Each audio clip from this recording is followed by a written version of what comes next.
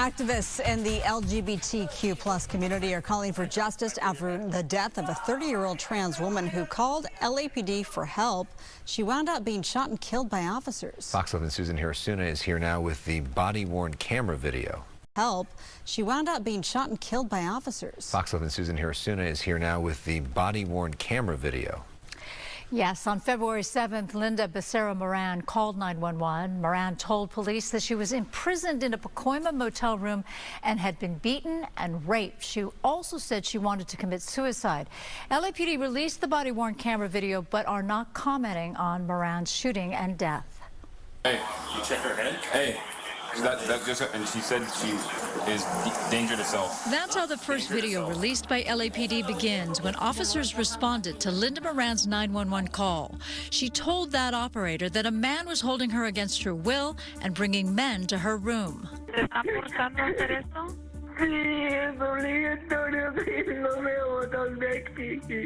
As officers continue to figure out her situation, they own her some money.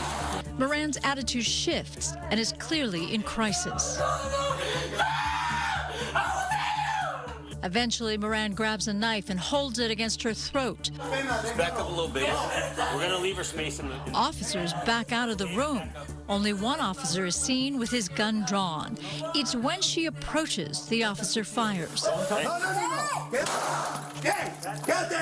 Relax. That's even though moments earlier, they are heard saying that they had less than lethal weapons available. You have less lethal? Because you're going to be lethal, right? Slow and steady.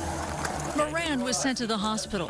20 days later, she was taken off life support. We were the ones that sat with her as they pulled the plug, and police tried to be there with us, and we insisted that police not be in the room as she passed away because she never left her hostage situation. Activists in the trans community stood united in front of LAPD headquarters. Stop killing us!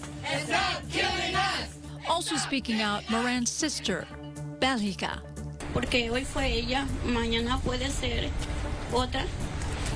I am here today asking for justice, for us to be heard, because today it was her. Today was her. Tomorrow it could be another one of us. At no point did she ever threaten the officers with that knife. It was as clear as day that she was undergoing a mental health crisis.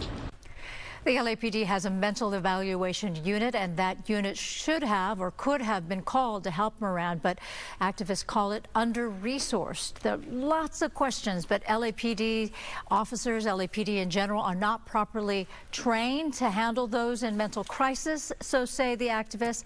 And now we did reach out to the LAPD for comment, but as a rule, when the department has pending litigation, they do not answer media's questions. And the officer involved or officers involved are on administrative leave during At this point, I have not heard whether or not they have put the officer on administrative leave, but clearly there's an investigation. Right. It always is when there's an officer-involved shooting. Yeah, and often that's the protocol. All right, Susan, thank you so much. Great.